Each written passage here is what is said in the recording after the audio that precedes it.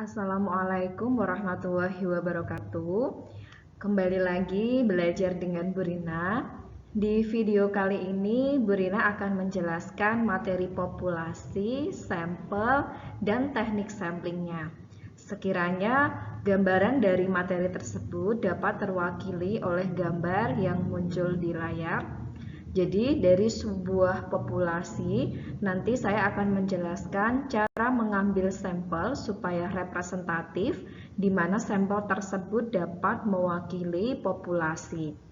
Materi ini dapat dijadikan sebagai materi pendahuluan untuk distribusi binomial yang dipelajari oleh siswa-siswi SMA untuk mata pelajaran Matematika Peminatan kelas 12.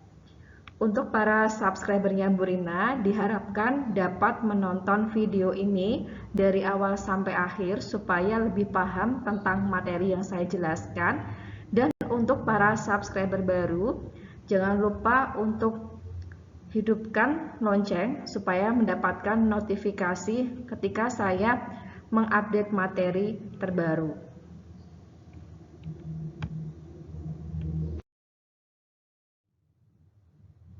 Oke, saya mulai dari definisi, populasi, dan juga sampel. Mungkin sebelumnya kalian sudah pernah mengenal deskripsi ataupun definisi dari populasi dan sampel di mata pelajaran sosiologi. Nah, sekarang saya akan ulas kembali dan lebih secara matematis terkait dengan populasi dan sampel. Populasi adalah sekumpulan elemen, orang atau objek yang memiliki karakteristik tertentu yang diminati oleh peneliti. Di sini orang atau objek, yang dimaksud objek itu ya selain orang, misalkan binatang, tumbuh-tumbuhan, kemudian bisa juga perusahaan, kemudian bisa juga pabrik, ataupun sektor-sektor yang lain, di mana memiliki karakteristik. Karakteristik itu misalkan sesuatu yang ingin diteliti oleh si penelitinya, misalkan karena orang, misalkan siswa ya, tentang kebiasaan belajar, tentang motivasi belajarnya, atau tentang penggunaan gadget misalkan ya. Selanjutnya, apabila populasi besar, populasinya teramat sangat besar, dan peneliti tidak mungkin mempelajari semua yang ada pada populasi, misalnya karena keterbatasan dana, tenaga, dan waktu, maka peneliti dapat menggunakan sampel yang diambil dari populasi itu. Jadi kalau populasinya terlalu besar, jadi penelitian dapat dilakukan dengan mengambil sampel atau penelitiannya pada sampel. Apa sih sampel itu? Nah, sampel adalah sebagian anggota populasi yang diteliti. Jadi mengambil sebagian saja dari populasi untuk diteliti. Apa yang dipelajari atau yang diteliti dari sampel itu, nantinya kesimpulannya akan diberlakukan untuk populasi. Untuk itu, sampel yang diambil dari populasi tersebut harus betul-betul representatif. Makna dari kata representatif itu artinya harus bisa mewakili keadaan populasi. Nah, di sini sampel yang diambil itu harus bisa benar-benar mewakili keadaan dari populasinya, sehingga nanti kesimpulan penelitian daripada sampel itu akan diberlakukan untuk populasi jadi tepat gitu. Nah, bagaimana untuk memperoleh sampel yang representatif? Itu kan ada caranya. Nah, caranya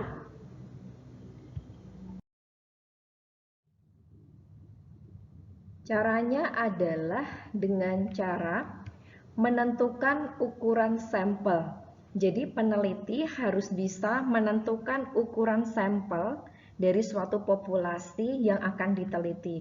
Nah, untuk menentukan ukuran sampel ada 3 cara. Yang pertama, menggunakan rumus Lovin. Nah, rumusnya itu adalah N kecil sama dengan N dibagi dengan 1 ditambah N, D-nya dikuadratkan. Di mana N itu adalah ukuran sampel yang akan ditentukan, kemudian N itu adalah ukuran populasi, dan D itu adalah tingkat signifikansi dalam persen. Menggunakan tingkat signifikansi 5% dan pendekatan distribusi normal. Jadi untuk rumus Lovin ini ada ketentuannya. Jadi dia hanya digunakan untuk tingkat signifikansi 5% saja dan pendekatannya distribusi normal. Kemudian cara yang kedua yaitu menggunakan tabel Krejci dan Morgan. Caranya gimana? Nah, sebelum ke cara itu kita bahas ketentuannya dulu.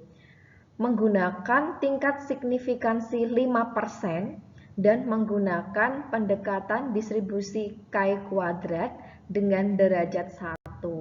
Jadi untuk tabel Krejci dan Morgan ini syaratnya menggunakan tingkat signifikansi 5% dan menggunakan pendekatan distribusi chi-kuadrat dengan derajat 1. Nah, cara yang ketiga menggunakan tabel Isaac dan Michael. Nah, syaratnya di sini bisa digunakan ketika peneliti menggunakan taraf kesalahan 1%, 5%, dan 10%, serta menggunakan pendekatan chi-kuadrat dengan derajat bebasnya 1. Nah, di sini ada distribusi normal, distribusi chi-kuadrat itu nanti akan dipelajari ketika kalian universitas ataupun kalian bisa searching secara online apa itu distribusi normal, apa itu distribusi chi-kuadrat. Nah, di sini ada tingkat signifikansi. Apa itu tingkat signifikansi? Tingkat signifikansi itu adalah tingkat keyakinan.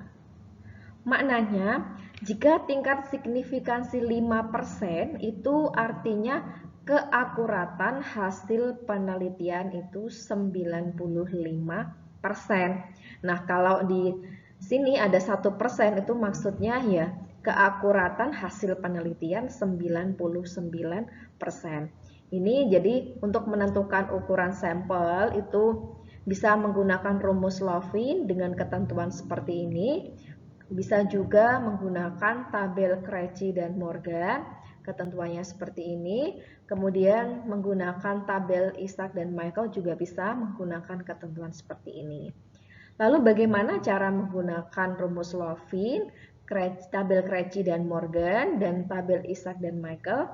Saya akan membahasnya, so tetap stay di video ini.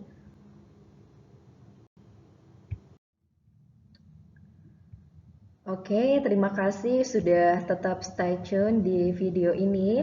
Nah, saya akan menjelaskan cara menggunakan rumus Lovin, tabel Krejci dan Morgan, dan juga tabel Isaac dan Michael. Di sini ada suatu contoh. Misalkan jumlah populasi penelitian itu 400 dan batas toleransi kesalahan pengambilan itu 5%, pengambilan keputusan ya 5%. Ukuran sampel yang dapat digunakan adalah sebagai berikut.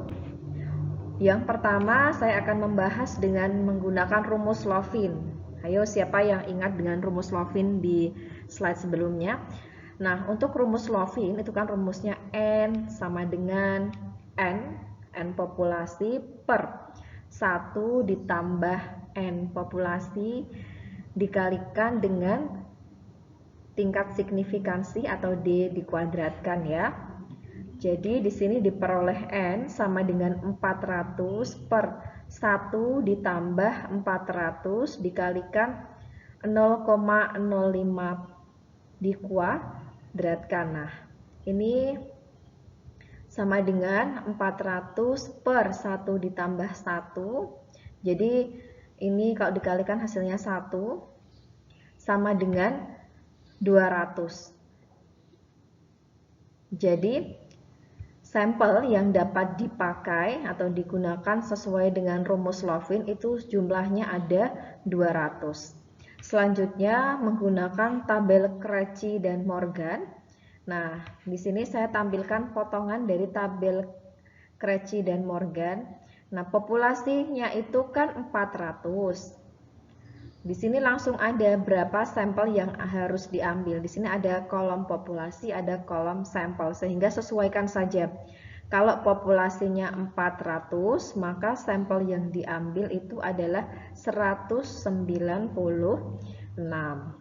Begitu. Sekarang untuk penggunaan tabel Isaac dan Michael, ini saya tampilkan juga potongan tabel Isaac dan Michael. Nah, khusus untuk tabel Isaac dan Michael berbeda dengan tabel Krejci dan Morgan. Di sini ada tingkat signifikansi 1%, 5%, 10%. Jadi kita sesuaikan saja dengan keinginan di soal ini. Nah, populasinya itu kan 400. Nah, di sini kita cari 400. Kemudian tingkat signifikansinya 5%. Nah, jadi yang ini ya, yang ini urut 5%. Jadi didapatkan ukuran sampel yang dapat digunakan itu adalah 186. Bisa ya, paham ya? Setelah seorang peneliti menentukan ukuran sampel yang berisi jumlah sampel yang harus diambil itu berapa, maka seorang peneliti harus bisa menentukan cara pengambilan sampelnya yang disebut sebagai teknik sampling. Teknik sampling itu sendiri ada dua jenis, yaitu probabilitas sampling atau probability sampling ya. Dan kemudian satunya lagi itu non-probability sampling. Nah, khusus di video ini nanti Bu Rina akan membahas kelima jenis teknik sampling secara probabilitas.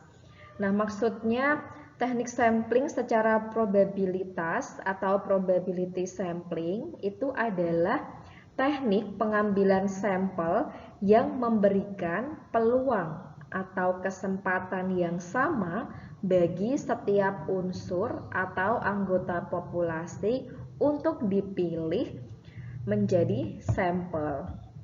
Jadi ada 5 yang akan saya bahas dari teknik sampling probabilitas, yaitu yang pertama ada simple random sampling atau teknik acak sederhana. Teknik ini dapat dipakai jika tersedia kerangka sampling atau istilahnya sampling frame, yang maknanya itu daftar seluruh populasi. Kemudian populasi penelitiannya itu juga harus homogen untuk jenis sampling ini, dan juga keberadaan populasi tidak tersebar secara geografis. Ini syarat untuk melakukan simple random sampling. Nah, untuk prosedurnya yang pertama menomori seluruh anggota populasi. Jadi misalkan di sini ada gambar, ini penelitinya yang merah. Ada orang, misalkan ya, 1 sampai 20 itu diberi nomor 1, 2, 3, 4, 5 sampai dengan 20. Kemudian langkah yang kedua, melakukan undian atau menggunakan tabel bilangan acak untuk menentukan nomor sampel terpilihnya. Jadi setelah dinomori seperti ini, dilakukan pengundian, boleh ya, salah satu boleh pengundian, boleh juga menggunakan tabel bilangan acak. Misalkan pengundian, jadi kita bisa menuliskan di secari kertas, potongan kertas 1 sampai 20, kemudian dilintingi ya, seperti arisan itu, kita masukkan dalam wadah, kemudian kita kocok, kemudian kita keluarkan sejumlah ukuran sampel yang ingin diteliti atau yang sudah ditetapkan. Begitu. Nah, misalkan di sini 1, 3, 9, 12, 19 ya, misalkan keluarnya ini. Maka selanjutnya langkah ketiga yaitu mengambil anggota populasi dengan nomor yang terpilih sebagai sampel. Berarti artinya sampel yang akan diteliti itu tidak semuanya, tapi hanya nomor 1 3, 9, 12, dan 19. Nah, sampel-sampel inilah yang dianggap sebagai representatif sampel untuk kesimpulannya akan ditarik secara populasi gitu. Nah, jadi ini hanya sekedar penggambaran contoh teknik simple random sampling atau teknik acak sederhana ya, seperti ini.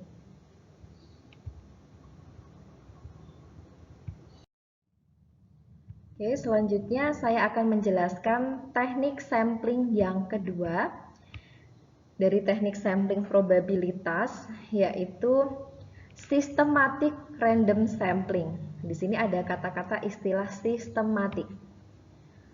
Metode pengambilan sampel di mana peneliti memilih elemen dari populasi target dengan cara memilih titik awalnya secara acak terlebih dahulu dan kemudian memilih anggota sampel lainnya setelah interval pengambilan sampel ditetapkan. Teknik ini dapat dipakai jika tersedia kerangka sampling atau sampling frame yang maknanya daftar seluruh populasi. Jadi untuk syarat yang ini hampir sama dengan simple random sampling. Oke, di sini ada interval pengambilan sampel yang menunjukkan ini ciri khas dari sistematik. Bagaimana prosedurnya untuk melakukan systematic random sampling? Yang pertama, menomori seluruh anggota populasi. Dinomori semuanya. Kemudian yang kedua, mengambil sampel pertama secara acak dengan memilih nomor tertentu. Jadi dipilihlah dulu sampel pertamanya itu secara acak. Jadi dipilihlah nomor tertentu itu sebagai acuan awalnya. Kemudian yang ketiga, menghitung besar interval menggunakan rumus K sama dengan N per N, di mana K-nya itu adalah interval, N-nya ukuran populasi, N kecilnya itu ukuran sampel. Jadi menggunakan rumus ini. Contohnya, perhatikan gambar ini. Jadi misalkan ada 9 orang, kemudian di sini ditentukanlah sampel pertamanya itu 3, kemudian selanjutnya 9/3 kita hitung pakai rumus K ini, jumlahnya kan 9 ya, N untuk ukuran populasi, berarti 9/3 itu kan 3, berarti kita memilih sampel ketiga setelah nomor 3 ini, berarti kan 1, 2, 3. Jadi terpilihlah nomor 6. Setelah nomor 6, 3 lagi, 1, 2, 3. Jadi diperolehlah nomor 9. Sehingga di sini yang dijadikan sampel itu adalah orang yang bernomor 3, 6, 9. Oke, penggambaran ini hanya sebagai contoh ya untuk melakukan systematic random sampling. Cukup mudah ya. Oke, setelah kalian bisa memahami tentang simple random sampling, systematic random sampling, di sini Bu Rina akan lanjut menjelaskan teknik sampling yang ketiga dari teknik sampling probabilitas yang disebut stratified random sampling. Di sini ada istilah stratified. Stratified itu maknanya strata atau tingkatan. Jadi teknik stratified random sampling ini digunakan untuk mengambil sampel dari populasi yang bersifat heterogen. Namun keheterogenan tersebut masih terdiri atas strata atau lapisan atau tingkatan yang homogen. Keheterogenan dari populasi tersebut dianggap mempengaruhi hasil penelitian sehingga perlu dilakukan pembagian ke dalam strata-strata itu. Misalkan meneliti motivasi belajar dari kelas 10, 11, 12 seluruh siswa SMA 1 Baik Kudus. Nah, di situ kan bisa dikelompokkan menjadi strata kelas 10, strata kelas 11, kemudian strata kelas 12. Nah, bagaimana untuk menyelenggarakan stratified random sampling itu ada beberapa prosedur. Yang pertama, mengelompokkan populasi menjadi strata-strata yang homogen. Kemudian yang kedua, menentukan ukuran sampel secara berimbang atau tidak berimbang dari setiap strata yang terbentuk. Karena setiap strata yang terbentuk bisa jadi jumlah anggota populasi setiap strata itu berbeda. Kalaupun misalkan tadi saya contohkan tentang siswa, nah siswa itu kan kelas 10, 11, 12 itu kan dia relatif sama jumlahnya. Tapi bisa jadi untuk penelitian lain, misalkan siswa dengan ciri khusus atau dengan minat khusus, itu kan bisa jadi hanya terdapat beberapa saja di kelas 10, kemudian lebih banyak di kelas 11, kemudian lebih banyak lagi di kelas 12. Nah, itu kan sama sekali jumlahnya tidak sama. Sehingga perlu dilakukan beberapa teknik, ada teknik berimbang atau tidak berimbang. Di sini saya jelaskan pada cara berimbang, ukuran sampel dari setiap strata itu dapat ditentukan dengan mengalikan PS atau pecahan sampling dengan jumlah populasi pada setiap strata.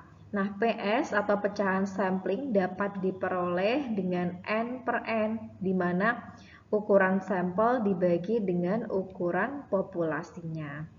Lanjut untuk cara yang tidak berimbang.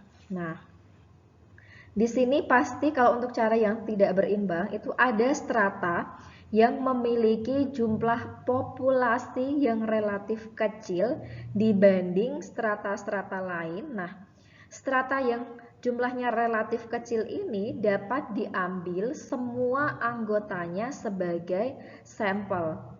Kemudian strata yang lain yang jumlahnya besar dapat ditentukan ukuran sampelnya dengan cara mengalikan PS dikalikan jumlah anggota populasi pada setiap strata yang tidak relatif kecil tadi, yang besar-besar.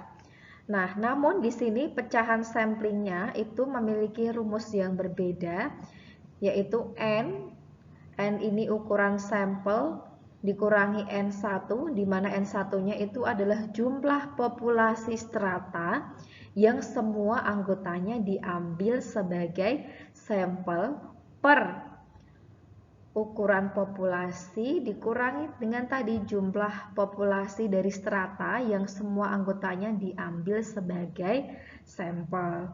Begitu. Nah, ini adalah penggambaran dari cara melakukan stratified random sampling. Jadi ada populasi yang heterogen, begitu heterogen di sini diwakilkan dengan objek berwarna kuning, ungu, dan merah. Kemudian dilakukan pengelompokan menjadi strata-strata yang homogen, yang kuning disendirikan, yang merah disendirikan, kemudian yang ungu juga disendirikan. Kemudian dari setiap strata diambil ukuran sampel menggunakan cara berimbang ataupun tidak berimbang. Nah, di sini sehingga nanti jumlah sampelnya akan kita ambil sebagai sampel penelitian. Jadi setiap strata kita ambil sampelnya.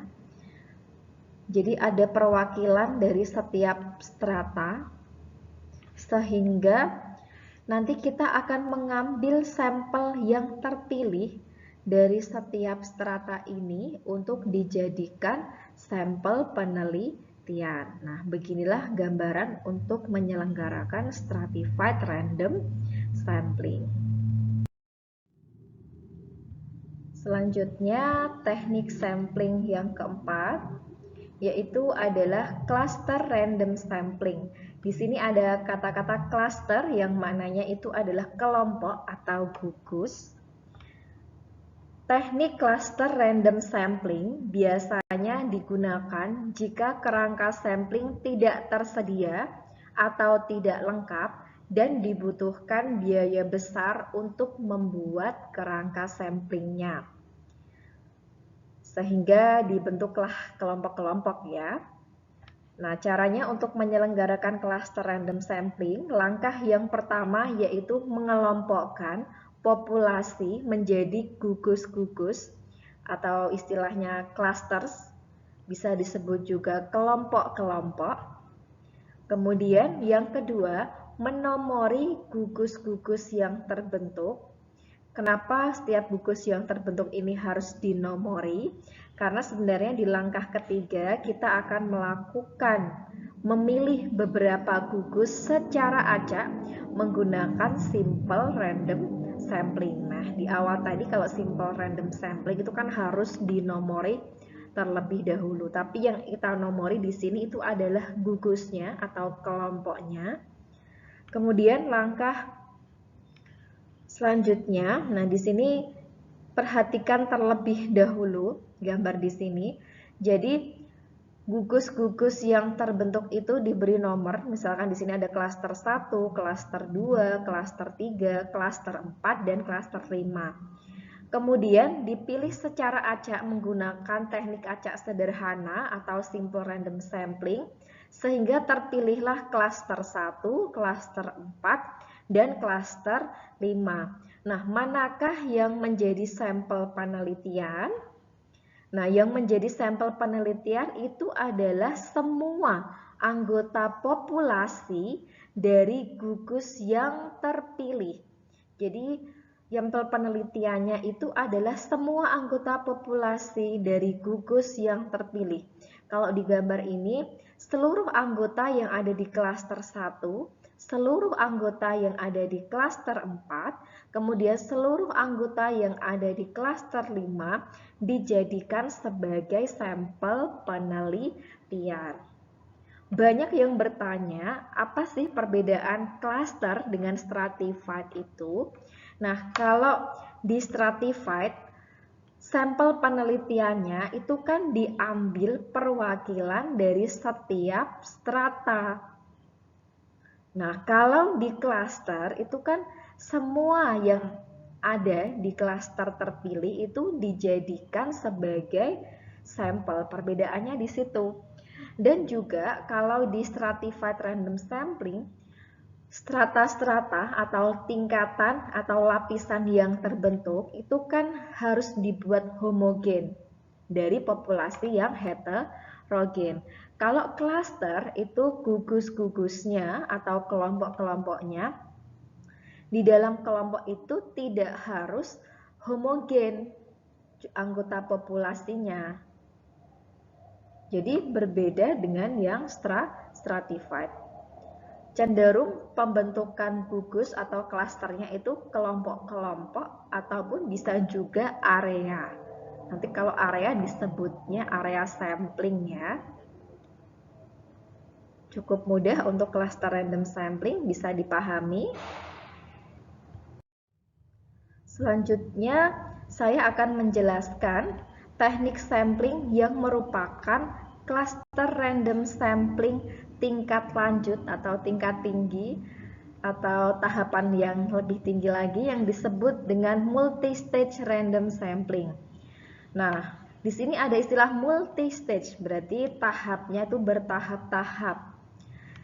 Teknik multi-stage random sampling biasanya digunakan jika gugus yang terpilih sebagai sampel dalam cluster random sampling itu masih dirasa terlalu besar, sehingga perlu dilakukan tahapan lagi.